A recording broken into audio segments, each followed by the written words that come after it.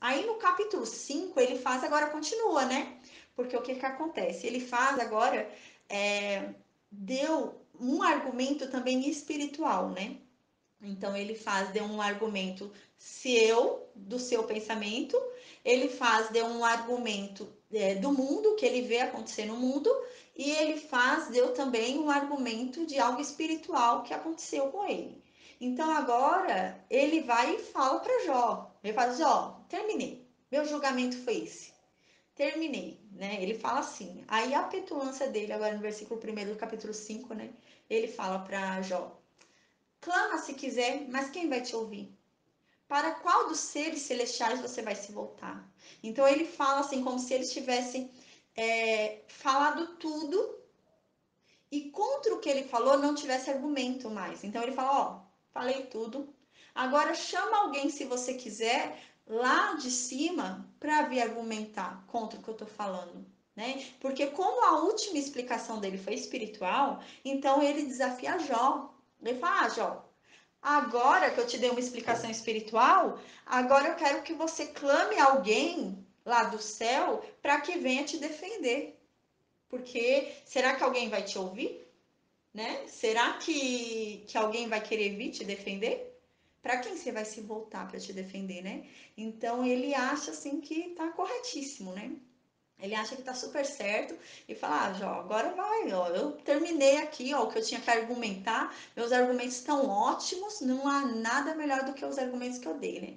E a gente vê que no final do livro de Jó, quem defende Jó é Deus, né? É para ver, né? Ai, é complicado. Quando você for dar um conselho para alguém, você tem que ter muita consciência do que você está falando, principalmente se você fala em nome de Deus, né? Porque aqui ele falou que estava julgando, estava falando o certo em nome de Deus e que ele queria ver quem que Jó ia chamar nos céus para falar contrário ao que ele estava falando. E quem veio e falou contrário ao que ele falou foi o próprio Deus. Ele não estava falando nada que Deus queria que ele falasse. Ele estava falando bobagem. Gente, quantas pessoas dão conselho em nome de Deus que não é conselho de Deus? É isso que ele está fazendo. Ele está dando um conselho, falando que é um conselho de Deus e não é um conselho de Deus. E aí ele ainda fala: ah, Jó, chama lá do céu alguém então que argumente melhor do que eu. É isso que ele está falando. E simplesmente vem Deus. Vem Deus e rebate ele faz. E Deus ainda fala no final do livro: eu não mandei ele faz falar nada daquilo. Eu achei um absurdo ele faz ter falado aquilo de mim. Deus fala isso. Gente, ele estava ensinando mentira sobre Deus. Ele estava ensinando o que não é de Deus. Ele estava ensinando sobre o que Deus não faz. Ele estava ensinando tudo errado, falando errado de Deus, né? Quantas pessoas estão aí ensinando errado de Deus? Ensinando coisa que não é de Deus, ensinando mentira sobre Deus. E às vezes ouve alguma coisa e acha que foi Deus que falou e sai argumentando que aquilo é a verdade e não tem nada a ver com a verdade de Deus. Foi o que aconteceu aqui com ele faz. Ele fala que essa visão que ele teve, né? Ah, eu tive uma visão espiritual, né? Nossa, um anjo veio falar comigo, né? Só faltava saber qual era o anjo, né? Se é o anjo de Deus ou se é um anjo caído, né? Mas ele fala: ah, um anjo veio falar comigo, então agora chama alguém lá de cima, quero ver quem vai descer agora para te defender. Né? Porque minha argumentação foi o máximo. Minha argumentação, nenhum lá em cima, ninguém lá em cima vai discordar do que eu estou dizendo. Porque o que eu ouvi foi de alguém que esteve lá em cima também. Estava lá em cima também, né? E realmente, alguém que estava lá em cima provavelmente caiu, né? Não está mais lá. Mas ele fala isso, nessa petulância, né? Acusando a Jó. Então ele fala: ah, agora, Jó, vai lá, clama. Clama para alguém lá no céu. Quem é que vai te ouvir lá no céu? Ninguém vai te ouvir lá no céu. Para qual dos seres lá do céu que você vai se voltar, né? Aí ele continua no versículo 2, né? Continua os julgamentos, né? A ira mata o insensato e a inveja destrói o tolo. Então ele começa a falar: ó, não adianta você se irar contra Deus. A ira só vai te matar. Você tem que aceitar. Você tem que aceitar. Você está errado. Você é um pecador. Sai desse pedestal que você se colocou, Jó. Você acha que você é perfeito? Você acha que você é honesto? Você não é honesto, não. Você é um pecador. Ele começa a fazer isso com Jó. E ele fala, ó, a ira mata o insensato, né? Não adianta você se irar contra Deus. Você tem que entender que você merece isso e pronto. O que você tem que fazer é confessar o teu pecado e se arrepender. Porém, Jó não tinha pecado. Jó fala, não, mas eu vou confessar o quê se eu não tenho pecado? Eu não fiz nada para merecer isso. E ele falou, não, você fez, você mereceu. Você está sofrendo porque você causou esse sofrimento. E Jó não fez nada. E Jó falava, não, eu não fiz. E ele falou, não, a ira mata o insensato e a inveja destrói o tolo, né? Então aqui ele fala, ó, a falta de juízo, né, destrói também, né? Inveja no sentido de querer algo, né? Querer algo que não é dele, é no sentido disso, não inveja, que ele seja invejoso, Jó, né? Mas aqui ele está falando no sentido dele desejar algo que não é dele, né? Igual ele deseja, é como se ele estivesse falando que Jó deseja uma posição que não é dele. Jó deseja estar numa posição de homem íntegro, homem ali diante de Deus e ele não está, né? Então não adianta você desejar uma posição que você não tem, Jó. Você tem que cair na tua realidade, Jó. Você é um pecador.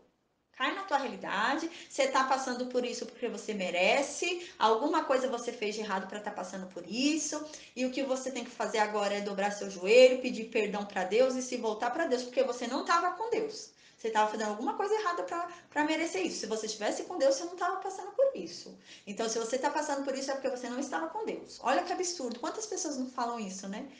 Que absurdo. Às vezes a gente está passando alguma dificuldade na nossa vida, a pessoa vem falar que você tem que encontrar Deus.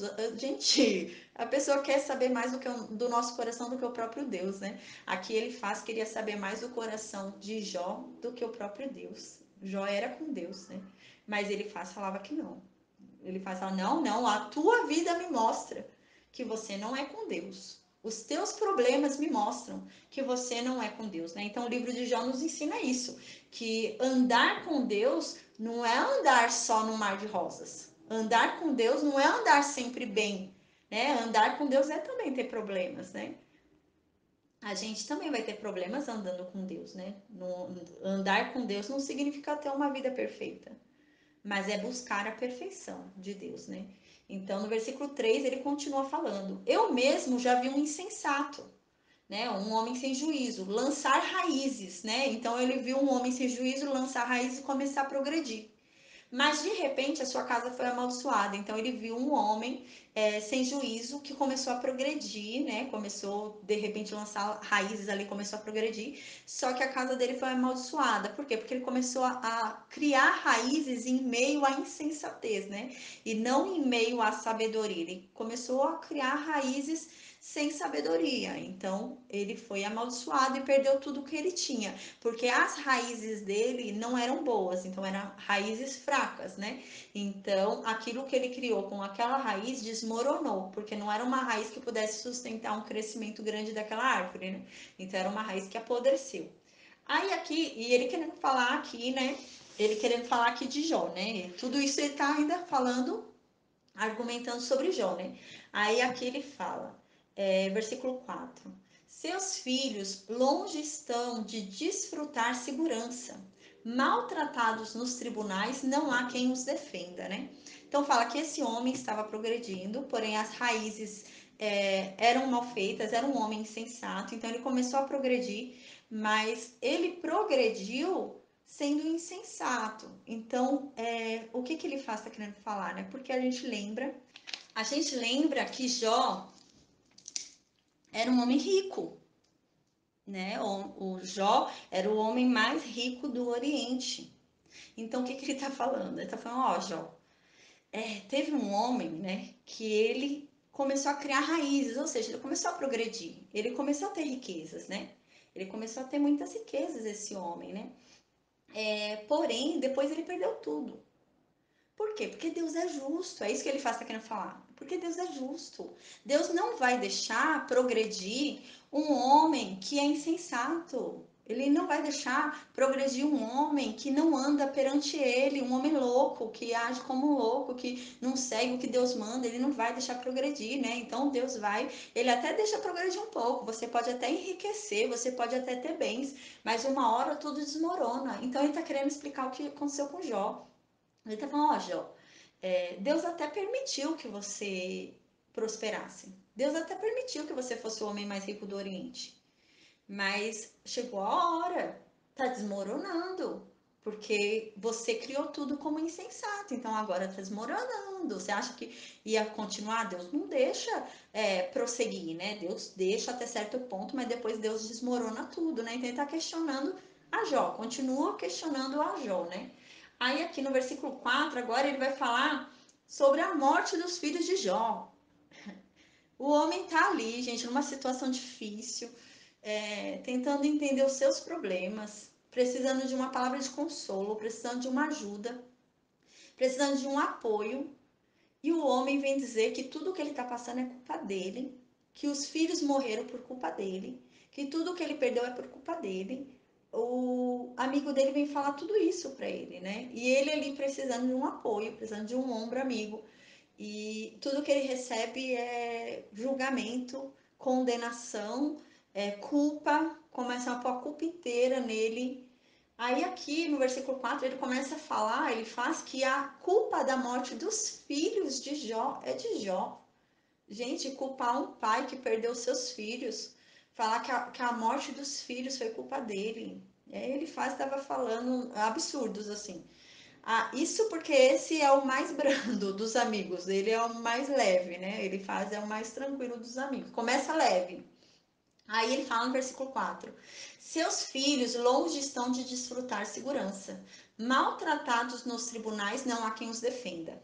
Então aqui ele fala o quê? Ele estava dando o exemplo do homem, né? Porque ele não vai falar diretamente de Jó, é uma poesia. Então ele vai usar exemplos, né, para falar sobre o que ele quer. Então ele quer falar sobre uma coisa, ele vai usar alguma coisa ali para falar que é referente àquilo, né? Vai usar uma imagem ali que se relacione àquilo porque é uma poesia, né? Então aqui ele está usando como poesia também, mas se referindo aos filhos de Jó, né? Então aqui ele fala, ó, os filhos desse homem, né? Porque ele está falando do homem ainda. Ele falou, a gente lembra que existiu um homem que começou a criar raízes no meio da insensatez. Então, o homem era mau, cometia algum pecado, fazia alguma coisa errada, não estava ali bem diante de Deus e começou a crescer, começou a prosperar ali diante de Deus. Então, de repente, tudo desmoronou. Porque não tem como prosperar se não está com Deus. É isso que ele está falando. Então, esse homem era insensato, esse homem pecava, este homem errava, então Deus é justo, então o que Deus fez? Deus fez tudo desmoronar. Então tudo desmoronou, só que ele está dando o exemplo falando de Jó. Mas ele está falando em poesia, então ele não vai falar diretamente para Jó, mas ele está falando de Jó, porque Jó era o homem mais rico, né? Então ele está falando, ó, Jó, Deus deixou você prosperar, mas chega uma hora que a cobrança vem, a conta chegou, Jó, a conta chegou. Aí ele está querendo falar isso para Jó, né? Aí fala no versículo 4, seus filhos, né? Que filhos? Filhos desse homem que construiu na insensatez, que estava crescendo, progredindo na insensatez. Os filhos deste homem não conseguem ter segurança, não vivem em segurança. Eles sempre são maltratados nos tribunais, ou seja, eles sempre são condenados. Então, os filhos desse homem são sempre condenados, são sempre punidos, são sempre condenados, né? E eles não podem ter paz, eles não têm segurança em lugar nenhum. Os filhos desse homem aqui no versículo 4, que ele tá falando do homem anterior. Mas ele tá querendo falar de Jó, né? Então fala assim: Jó, pensa comigo. Esse homem, ele cresceu ali, prosperou em meio à insensatez dele. E chegou uma hora que tudo desmoronou. Inclusive os filhos dele, porque os filhos dele faziam parte da prosperidade dele. Então os filhos dele começaram a não ter paz em lugar nenhum eles estavam seguros. Então eles não tinham segurança em lugar nenhum. Podia algum mal acontecer com eles a qualquer momento, porque eles não tinham segurança em lugar nenhum. Por quê? Por causa do pai. Por causa do pai que criou raízes em meio à insensatez. Então ele está culpando a Jó. Ele está falando, ó, Jó, seus filhos morreram por sua causa, porque algum pecado você cometeu para merecer isso. Então, seus filhos morreram por sua causa. Então, ele continua condenando a Jó, falando que a culpa é de Jó, né? Jó precisa de um consolo, de uma palavra amiga, mas estão acusando ele, estão ali condenando a Jó. Aí no versículo 5, Os famintos devoram a sua colheita, tirando-a até do meio dos espinhos, e os sedentos sugam a sua riqueza. Então, esse homem que antes prosperava, esse homem que antes estava conseguindo se levantar, conseguindo ter suas coisas, que estava se fazendo rico, né? Esse homem que tinha bastante coisas, agora ele não teria mais nada, porque até a colheita dele vinham e roubavam. Então é isso que ele está falando no versículo 5, ó, os famintos devoravam a colheita desse homem. Então esse homem plantava, e o que esse homem plantava, para ele comer, ele não podia comer, porque vinha outro e roubava. Então esse homem passou a não ter mais nada, porque tudo que ele tentava ter lhe era roubado. Por quê? Porque ele estava construindo tudo em meia insensatez. Ele estava construindo tudo na loucura. Ele não estava reconhecendo os erros dele. É isso que ele está falando aqui, né? E os sedentos sugam a sua riqueza, né? Então, ele não pode mais prosperar, ele não tem mais riqueza nenhuma, porque tudo se esvai, né? Ele não consegue ter nada, ele não consegue mais ter nada, porque agora a mão de Deus foi sobre ele, sobre esse homem, ele foi amaldiçoado, e agora os filhos dele foram embora, ele não tem mais riqueza nenhuma, qualquer coisa que ele produza não vai mais para ele, é como se fosse aquela coisa que você pega na mão e escorre pelos dedos, né? Não tem mais nada, é isso que ele está querendo dizer. Aí no versículo 6 ele continua, aí agora ele dá explicação de tudo, né? No versículo 6 ele fala, mas eu sei porque você está passando por isso tudo, né? Aí ele fala, pois o sofrimento não brota do pó, e as dificuldades não nascem do chão. O que ele está querendo dizer? Jó, o sofrimento não nasce do nada. O sofrimento não aparece do nada. A dificuldade não vem do nada. Alguma coisa você fez para estar passando por isso. O sofrimento não vem aqui simplesmente e aparece. Né? É isso que ele está querendo dizer no versículo 6. Aí no versículo 7. No entanto, o homem nasce para as dificuldades, tão certamente como as fagulhas voam para cima, né? Então aqui ele está falando que o homem nasce realmente com o poder de decidir se vai passar por dificuldade ou não. É isso que ele está falando. E para você não passar por dificuldade, você tem que ser um homem bom e andar com Deus. Se você não é um homem bom e não anda com Deus, então você está plantando a dificuldade na tua vida. Ele está falando, ô Jó, tudo que você está passando é culpa tua. Jó, tudo que você está passando você merece. Para de se achar. Para de achar que você é santo, Jó. Você é um pecador. Ele está falando isso para Jó. Aí no versículo 8. Mas se fosse comigo. Aí agora ele começa a falar: ó, Jó, não é por nada não. Mas se fosse comigo, se eu tivesse no seu lugar, se tudo isso estivesse acontecendo comigo, né? Eu ia falar com Deus. Né? Depois dele falar tudo isso, né? Agora ele manda o amigo ir falar com Deus, né? Ele fala, ó, eu ia falar com Deus, né? Eu ia apresentar para Deus a minha causa, né? Ele devia ter falado só isso, né? Desde o início, não devia ter falado nada daquilo. Aí agora ele fala, ó, se fosse comigo, se fosse eu ia falar com Deus. Eu não ia ficar aqui falando com os meus amigos, não ia ficar aqui me queixando para quem não pode resolver meu problema. Eu ia falar com quem pode resolver meu problema. Se fosse eu, né? No meu caso, eu ia falar com quem pode resolver meu problema. Não ia ficar perdendo tempo falando com quem não pode resolver meu problema, não, né? Então ele faz falar isso. Aí ele fala, eu apresentaria para ele a minha causa, né? Então eu ia questionar Deus, né? Eu não ia ficar questionando os homens dessa terra. Ai, gente, mas por que eu tô passando pelo que eu tô passando? Ai, meus amigos, por que Deus não me mata? Ai, meu Deus, por que que... Não, eu ia falar direto com Deus. Eu ia falar, Deus, por quê? O que foi que eu fiz para estar merecendo isso? Aí ele fala direto com Deus. Leva o seu apelo para Deus, fala para Deus, pergunta para Deus por que você está passando por isso, né? Então ele fala para ele falar diretamente com Deus. Aí no versículo 9, ele, Deus, né, realiza maravilhas insondáveis, milagres que não se pode contar. Derrama chuva sobre a terra e envia água sobre os campos. Os humildes, ele os exalta e traz os que pranteiam a um lugar de segurança. Então ele está falando aqui, ó, Jó, se humilha. Você não está se humilhando. Você não está se humilhando para Deus. Se humilha. Reconhece que você é pecador. Reconhece que você errou, reconhece que você está errado, reconhece que você é um falho. Vai chorar no colo de Deus. Vai chorar com Deus, vai lamentar com Deus, vai pedir desculpa para Deus e vai falar com Deus porque que isso está acontecendo com você e vai resolver com Deus. Mas se humilha porque você está se achando muito, né? Então ele fala isso para Jó. Aí no versículo 12. Ele, né, Deus, frustra os planos dos astutos, para que fracassem as mãos deles, né? Então, aqueles que se julgam espertos e têm planos ruins, né? Planos de crueldade, de maldade, Deus faz com que os planos deles sejam fracassados, né? Então, ele faz realmente agora dá para Deus o poder de Deus, né? Ele fala realmente o que é de Deus, né?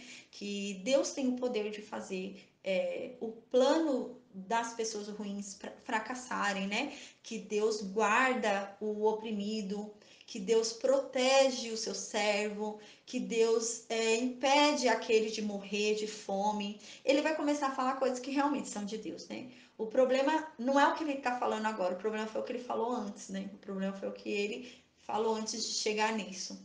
Aí no versículo 13, no 12, ele frustra os planos dos astutos para que fracassem as mãos deles. Aí no versículo 13, apanha os sábios na astúcia deles. E as maquinações dos astutos são malogradas por precipitação, né? Então ele fala que aqueles que são espertinhos e querem fazer alguma coisa, Deus apanha eles antes deles fazerem, impedindo eles de fazerem, né? Então apanha os sábios antes deles praticarem aquela maldade que eles querem praticar. E as maquinações, né, aquelas intrigas dos astutos, né, elas não prosperam, elas se dão mal, não prosperam, né? Porque Deus precipita, né? Então Deus faz com que aquilo seja revelado e que eles se deem mal, né? Então, aquilo que eles queriam, que era para um fim ruim, para haver intriga, para peraí, para que duas pessoas brigassem, por exemplo, né? Peraí, rapidinho, gente.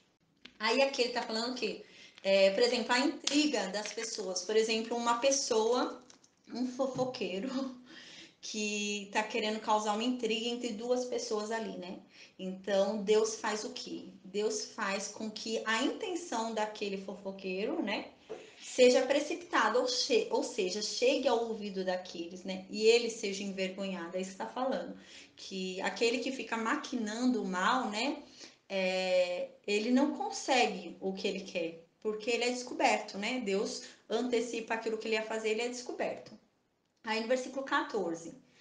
As trevas vêm sobre eles em pleno dia. Ao meio-dia eles tateiam como se fosse noite, né? Então, as trevas vêm sobre quem? Sobre esses astutos, né? Sobre essas pessoas que querem ser espertas, praticam o mal, né?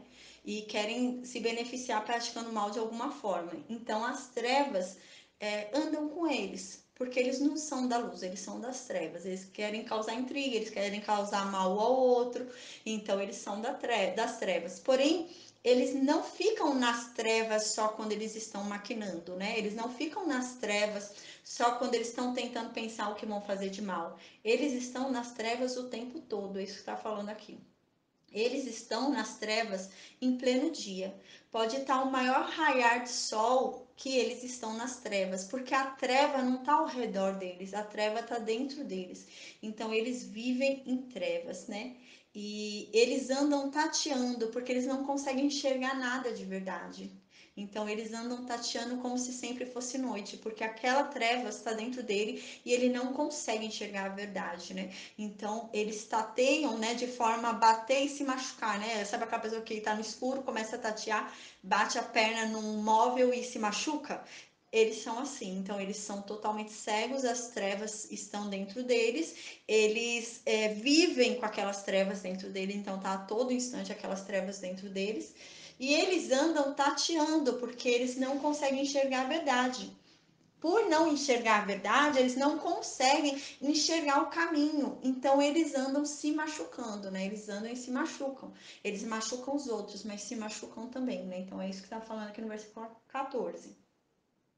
Aí no versículo 15, ele salva o oprimido da espada que trazem na boca, salva-o das garras dos poderosos, né? Então aqui ele fala que o oprimido, né? Aquele que é oprimido traz sempre uma espada na boca, né? E Deus salva, ele salva o oprimido da espada que trazem na boca. Quem tem a espada na boca? Essas pessoas ruins. Essas pessoas que têm trevas dentro delas. Elas têm espada na boca. Por quê? Elas falam coisas que ferem. Então elas falam as coisas e o que elas falam ferem. Então elas têm espada na boca, essas pessoas que têm a treva dentro dela, né? Então elas não conseguem enxergar a verdade, elas andam tateando e batendo como se fosse batendo nos móveis, né? E se machucando, porque elas não enxergam a verdade. E elas têm uma espada na boca delas. Então tudo que elas falam machuca, fere o outro que está ouvindo, né? Então elas falam e fere aquele que está ouvindo. Mas aqui no versículo 15 ele fala que Deus salva o oprimido dessa espada. Então, quando você está ali debaixo da proteção de Deus, quando você está ali debaixo das asas de Deus, né, da sombra ali de Deus, quando você está com Deus ali, Deus te protege da espada que sai da boca dessas pessoas. Então, o que essas pessoas falarem ao teu respeito não vai machucar, não vai ferir, porque Deus nos garante, né, o conhecimento da nossa identidade. Aquelas pessoas são cegas, elas andam tateando e se machucando, mas nós não, nós somos libertos, então nós somos libertos pela verdade, né? A verdade nos é revelada, então nós enxergamos tudo perfeitamente. Então, aquela espada que eles trazem na boca para ferir as pessoas não nos fere, já não nos ferem mais, né? Não tem o poder de nos ferir. Então, porque nós conhecemos a verdade. Então, aquela espada não fere mais. E aqui fala também que Deus salva das garras dos poderosos, né? Então, Deus salva também os oprimidos da garra dos poderosos, né? Porque o que que é um oprimido, né? Oprimido é uma pessoa que não está totalmente liberta. Então, é, qualquer pessoa pode fazer algo em cima daquela pessoa. Ela está oprimida ali, né? Então, ela está sendo pressionada ali. Então, os poderosos, pessoas que não poderosos assim de título somente, mas poderosos acima dela, né? Qualquer pessoa que tem o poder para oprimir aquela pessoa, né? Então Deus salva essa pessoa de qualquer pessoa que possa oprimi-la. Aí no versículo 16: por isso os pobres têm esperança. E a injustiça cala a boca, né? Então é por isso que os pobres têm esperança. Senão os pobres iam viver chorando, iam viver triste, né? Então ele fala isso. Fala, por isso que o pobre tem esperança. Por isso que o pobre é alegre. Porque Deus, né, os salva. Deus os liberta, né? Deus é com eles ali e os tira, né, daquela opressão, né? Os protege ali para que aquela espada não os fira, né? Por isso que eles ficam bem, porque senão eles seriam sempre atacados, né? Então, para que eles não sejam atacados, né? Deus os protege, por isso que eles têm esperança, por isso que eles sempre têm esperança, os pobres, né? E a injustiça cala a boca, né? Ou seja, a própria injustiça cala a boca, né? Então, a própria injustiça se acaba, se para, né? Porque o que que acontece? Quando uma pessoa vem e começa a disparar a espada, né, pela boca para outra pessoa, começa a tentar ferir outra pessoa com a boca, e ela vê que aquilo não tá dando certo, aí ela para. Ela fala, não, não tá dando certo. Não tá funcionando, né? Então a injustiça cala a boca. Então a pessoa vai parando, porque não tá dando certo o que ela estava querendo fazer, né? Então não funciona aquilo. Então aqui fala, e a injustiça cala a boca, porque não tá dando certo. Aquela injustiça que iria acontecer, né, da pessoa ser oprimida, não tá dando certo. A pessoa, eu tô tentando oprimir, mas ela não tá sendo oprimida, ela tá alegre, ela tá feliz. Aí a injustiça vai se abafando, vai acabando, porque a justiça é feita, né? Porque a injustiça, a própria injustiça cala a boca, né? Porque não surte efeito, né? Aquele mal que está tentando ser praticado não surte efeito, não vai vingando, né? Então, a pessoa vai desistindo, vai ficando triste, porque não está conseguindo o que ela queria fazer. Aí no versículo 17: como é feliz o homem a quem Deus corrige. Portanto, não despreze a disciplina do Todo-Poderoso. Aí aqui ele continua falando com o Jó, né? Aí ele fala, ó, Jó, ai, é tão feliz o homem que Deus corrige. Deus está te dando uma chance, Jó. Deus não está querendo te matar. Deus está bonzinho com você, Jó. Deus só quer te corrigir. É tão feliz o homem que Deus só corrige, né? Porque Deus podia pesar a mão, né? Então Deus não está querendo pesar a mão sobre você. Deus só está querendo te corrigir. Portanto, Jó, não despreza a disciplina de Deus, né? Aceita a correção que Deus está te dando. Deus está querendo te corrigir. Se corrija, homem. Se acerte. né? Acerte o que está errado em você, começa a andar direito, né? Começa a andar corretamente, né? Aí voltou o julgamento, né? Ele falou um pouco de palavras certas sobre Deus, mas agora voltou de novo. Aí no versículo 18, pois ele fere, mas dela vem tratar, né? Então, ou seja, porque Deus fere, né?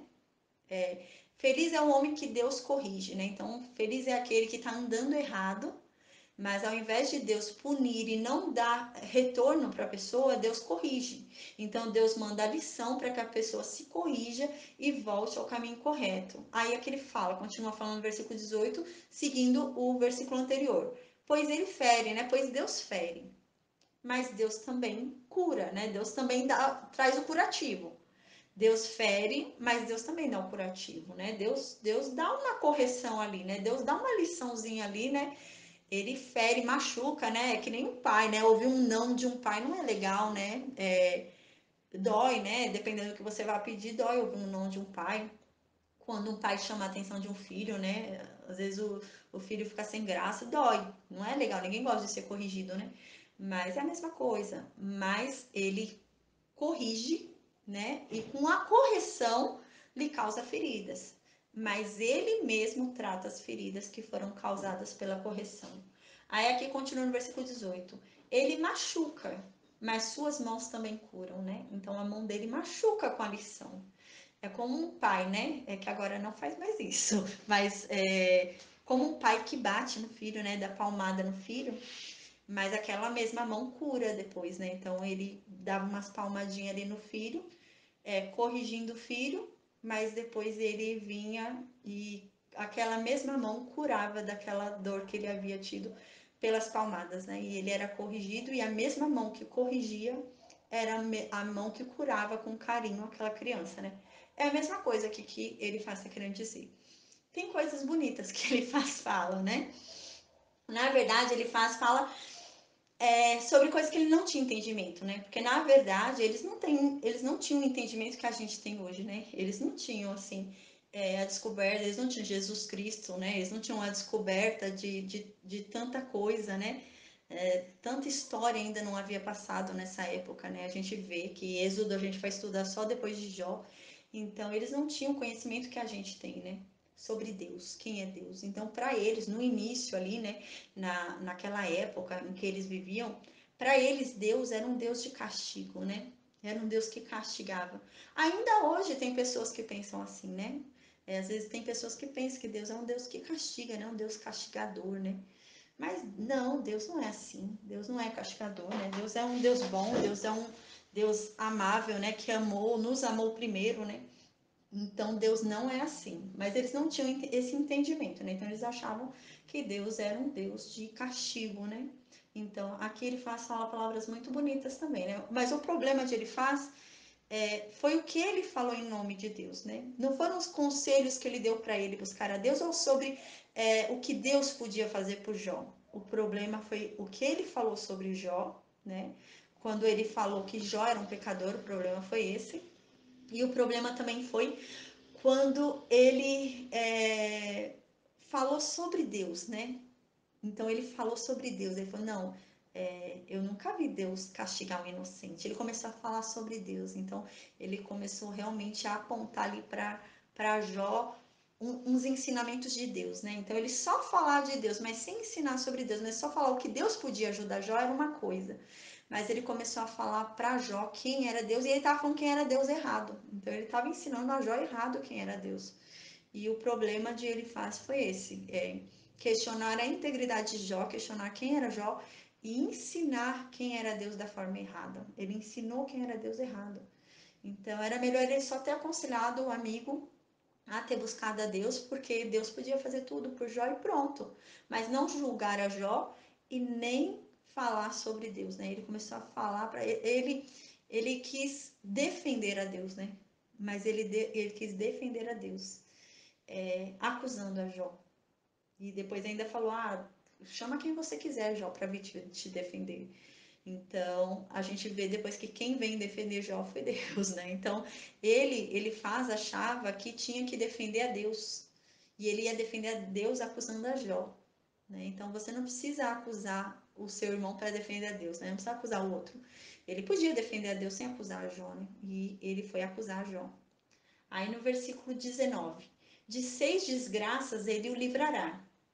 Em 7 delas você nada sofrerá, né?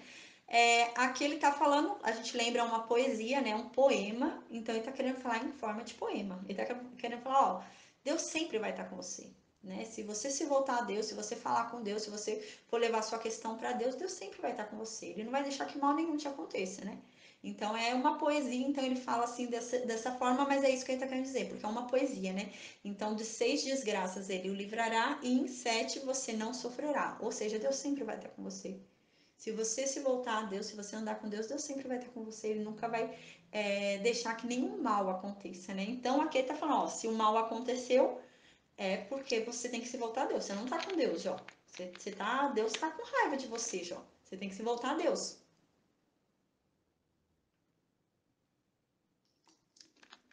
Aí no versículo 20: na fome ele o livrará da morte, né? Aqui tá falando fome, fome mesmo.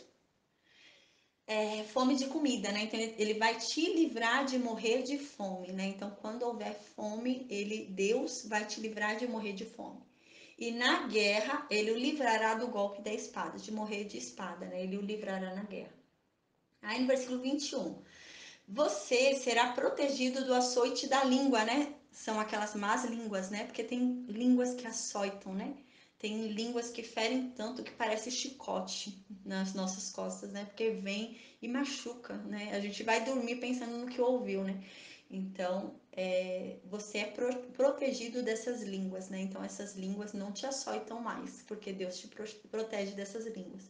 Então, você vai dormir e não fica pensando. Você sai daquele lugar e não pensa mais no que falou, porque aquela língua não te açoita mais, né? Então, aqui fala que Deus protege você das más línguas, né? Então, aquela língua que vem para te açoitar, né? Vem como um chicote nas suas costas, para te punir, para te julgar, né? Para te maltratar, não vai te ferir mais. Deus te protege disso.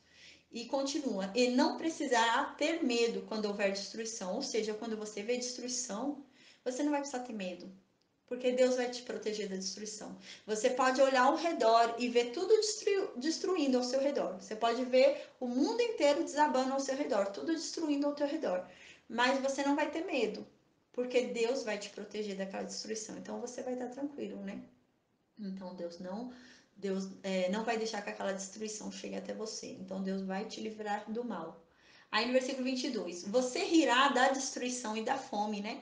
Então tá falando que você rirá, mas é uma poesia, a gente lembra, não é que vai rir de quem tá passando fome, não é que vai rir de quem tá sendo destruído. Mas tá querendo dizer que você vai olhar e vai falar, não, isso não me atinge, isso não vai me atingir.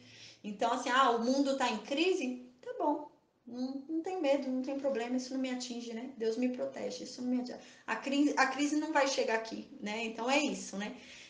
Você rirá da destruição e da fome, não é que você vai ficar rindo de quem está sendo destruído e de quem está com fome, mas é uma poesia, então está querendo dizer que você não vai se preocupar, não vai causar nenhum temor.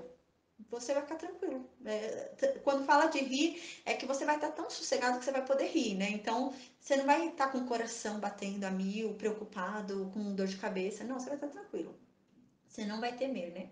E não precisará temer as feras da terra, né? Então, você não precisará ter medo das feras da terra, daquilo que se levanta, né, de ruim sobre a terra. Você não vai precisar ter medo. No versículo 23, pois fará aliança com as pedras do campo e os animais selvagens estarão em paz com você. Então aqui tá falando que, ó, você não vai precisar ter medo de nada, porque quando você for plantar lá na sua terra, né, ali no seu campo, até as pedras do campo vão ser suas amigas. Então nem as pedras não vão impedir a tua colheita de crescer, porque às vezes podia ter alguma pedra ali e ela impedisse o crescimento do fruto, o crescimento do trigo, da colheita, né, do que fosse. Então aqui fala que até a pedra do campo, né, até aquilo que é ruim ali no campo não vai impedir você de pegar os seus, de colher o que você plantou, né? Então, mesmo aquilo, né, que esteja, aquele obstáculo que apareça, né? Porque aqui é uma poesia, a gente lembra. Então, mesmo aquele obstáculo que apareça na tua vida, né? Aquele obstáculo não vai te impedir de colher o que você plantou lá atrás. Então, você vai passar por aquele obstáculo, mas você vai colher o que você plantou. Aquilo não vai te impedir. E os animais selvagens estarão em paz com você, né? Então você terá amizade, você estará em paz até com seus inimigos, né? Ninguém vai ficar te perturbando, né?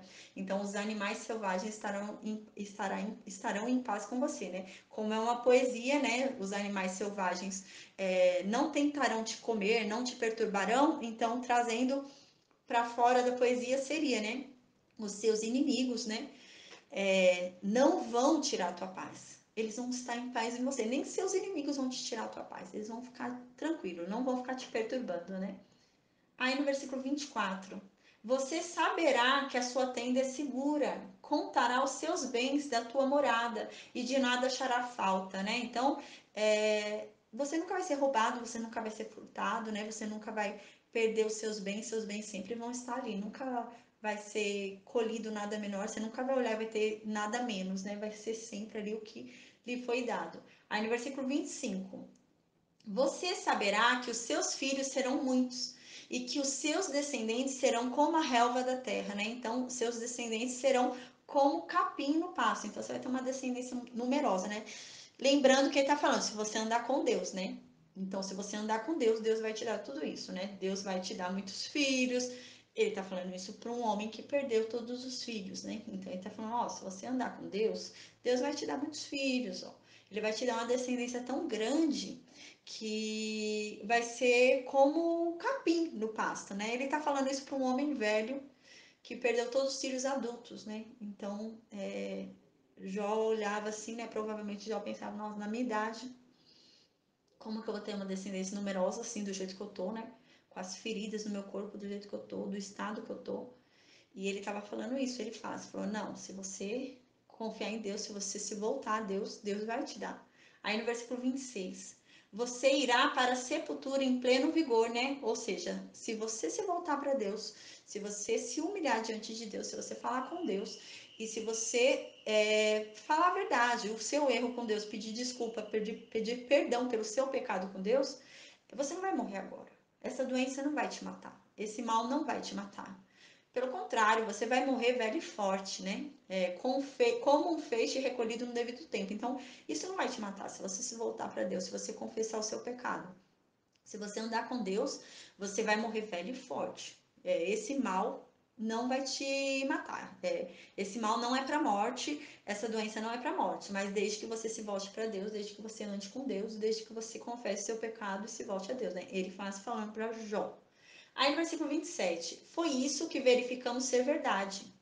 Portanto, ouça e aplique isso à sua vida, né? Então aqui ele fala, ó, Jó, essa é a verdade, Jó. Essa é a verdade, ó.